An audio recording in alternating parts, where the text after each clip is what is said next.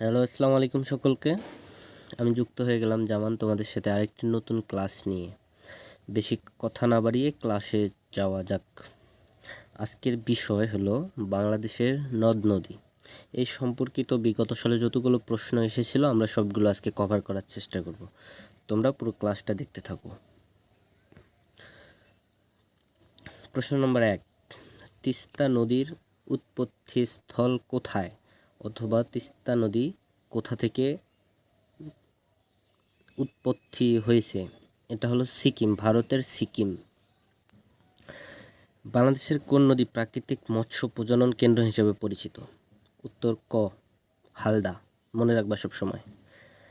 মহাস্থানগড় কোন নদীর তীরে অবস্থিত? মহাস্থানগড় সবাই জানো করতোয়া নদীর তীরে অবস্থিত।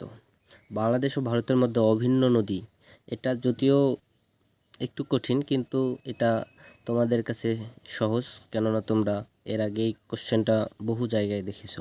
এটা উত্তর হবে ঘ, 54টি নদী।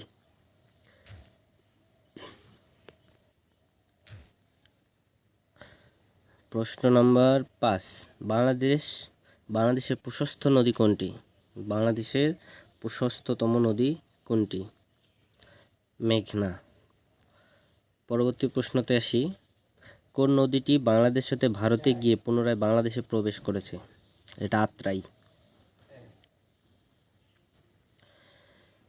পরবর্তী প্রশ্নতে আসো, উৎপত্তি স্থলে মেঘনার নাম কি? বা মেঘনা যেখানে উৎপত্তি হয়েছে, মেঘনা নদীর যেখানে উৎপত্তি হয়েছে সেইখানে মেঘনা নদীর নাম কি? বরাক। মনে রাখতে হবে বরাক। মেঘনা নদী যেখানে উৎপত্তি হয়েছে সেইখানে মেঘনা নদীর স্থানীয় নাম বরাক। ধানসিঁড়ি নদী কোন জেলায় অবস্থিত? ধানসিঁড়ি নদী কোন জেলায় অবস্থিত? ঝালকাঠি। প্রশ্ন নম্বর 9 আসো, যে নদীর পূর্ব নাম দোলাই, অথবা কোন নদীর পূর্ব নাম দোলাই? অথবা দোলাই কোন নদীর পূর্ব নাম? বুড়িগঙ্গা নদীর পূর্ব নাম। পরবর্তী প্রশ্নতে আসো, শাইনী কোন নদীর উপনদী? শাইনী কোন নদীর উপনদী? কর্ণফুলী নদীর উপনদী। সিকিমের পর্বত থেকে বাংলাদেশের কোন নদীর উৎপত্তি হয়েছে? সিকিম পর্বত থেকে বাংলাদেশের কোন নদীর উৎপত্তি হয়েছে? এটা হবে টাঙ্গন, না সরি, এই যে করতোয়া লেখো। সিকিমের পর্বত থেকে বাংলাদেশের উৎপত্তি হয়েছে করতোয়া নদীর। পরবর্তী প্রশ্নতে আসো, প্রশ্ন নম্বর 12, মাওয়া ফেরিঘাট কোন জেলায় অবস্থিত? তোমরা সবাই জানো এটি মুন্সিগঞ্জ জেলায় অবস্থিত মাওয়া ফেরিঘাট। আর ইলিশের বাড়ি চাঁদপুর, আর মাওয়া হলো ফেরিঘাট, মুন্সিগঞ্জে অবস্থিত। অনেকে ইলিশের বাড়ি মুন্সিগঞ্জ বলে, কিন্তু না, ইলিশের বাড়ি চাঁদপুর। যাই হোক, পরবর্তী প্রশ্নেতে আসো। প্রশ্ন নম্বর 13, গোয়ালপাড়া বিদ্যুৎ কেন্দ্র কোন নদীর তীরে অবস্থিত? গোয়ালপাড়া বিদ্যুৎ কেন্দ্র কোন নদীর তীরে অবস্থিত? এটা ভৈরব নদীর তীরে অবস্থিত। তোমরা সবাই অবগত আছো যে গোয়ালপাড়া বিদ্যুৎ কেন্দ্র নামে একটি বিদ্যুৎ কেন্দ্র আছে। এটি কোথায় অবস্থিত? এটি ভৈরব নদীর তীরে অবস্থিত। পরবর্তী প্রশ্ন, মাদারীপুর শহর কোন নদীর তীরে অবস্থিত?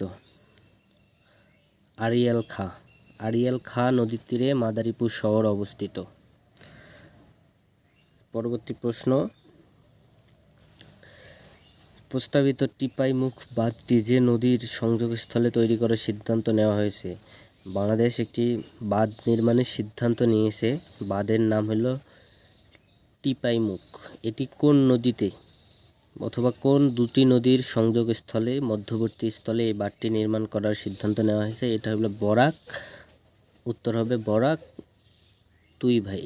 এই দুই নদীর সংযোগস্থলে অথবা মধ্যস্থলে আমাদের একটি বাঁধ তৈরির প্রস্তাব আছে।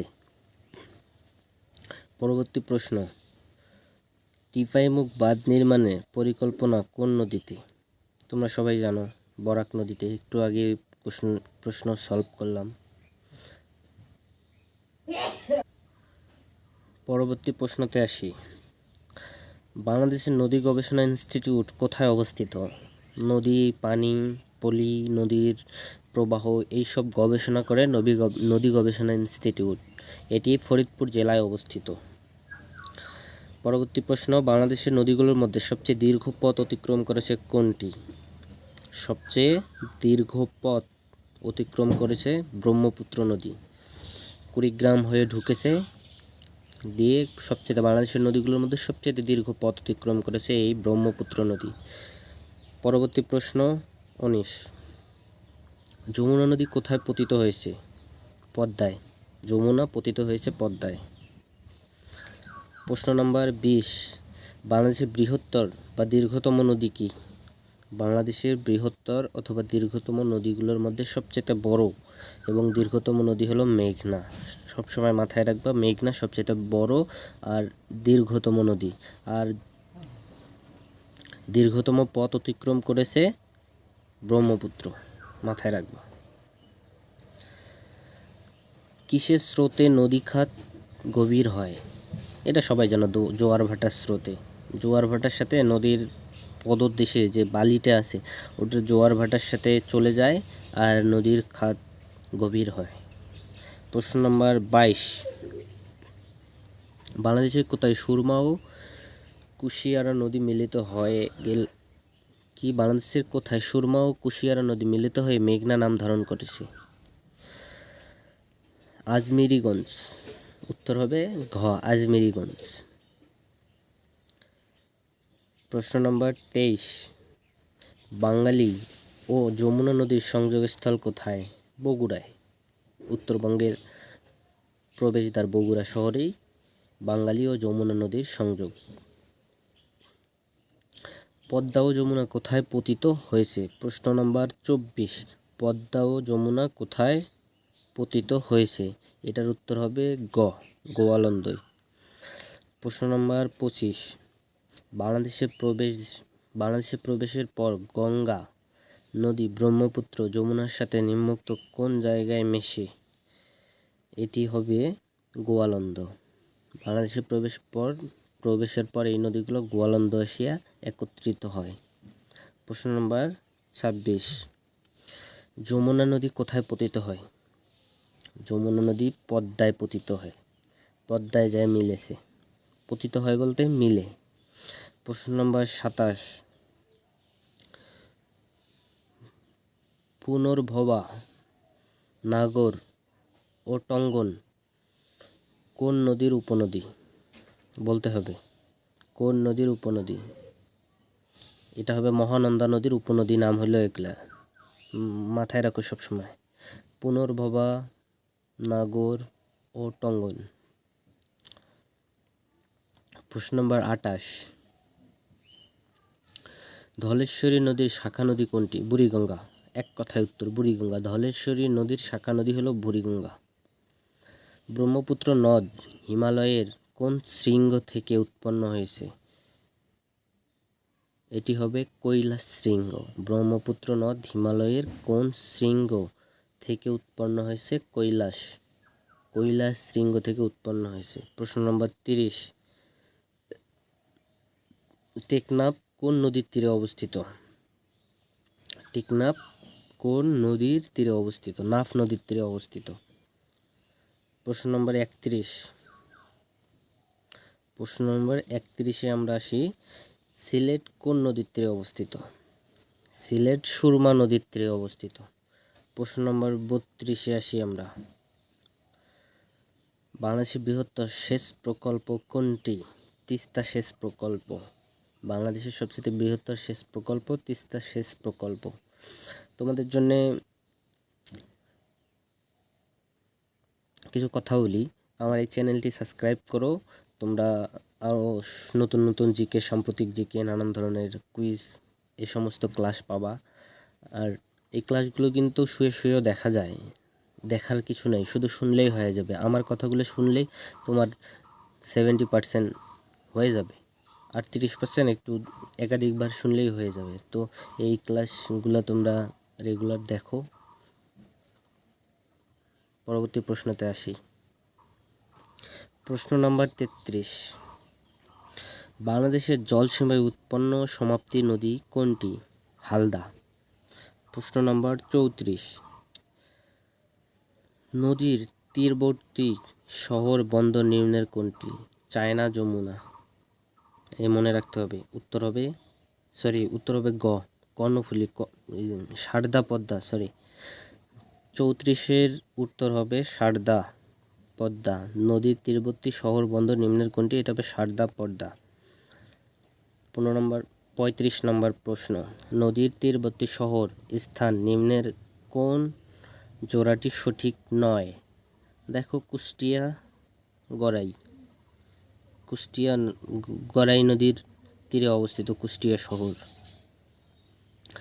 মাদারীপুর, যমুনা। না, মাদারীপুর তো পদ্মা নদীর তীরে অবস্থিত, তাহলে হবে উত্তর খ, এটি ভুল, আর বাকি সব সঠিক। পরবর্তী প্রশ্নতে আসি, 36 নম্বর প্রশ্ন, এশিয়ার বৃহত্তর প্রাকৃতিক মৎস্য প্রজনন কেন্দ্র কোনটি? মৎস্য প্রজনন কেন্দ্র, এটা উত্তর হবে ক, হালদা নদী। কোনটি আন্তর্জাতিক নদী? প্রশ্ন নম্বর 37, কোনটি আন্তর্জাতিক নদী? পদ্মা আন্তর্জাতিক নদী। প্রশ্ন নম্বর 38, কোনটি নদ? ব্রহ্মপুত্র নদ।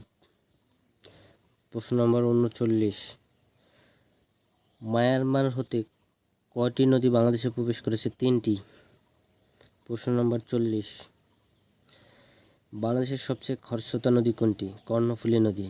প্রশ্ন নম্বর 41, the river Padma enters Bangladesh throat.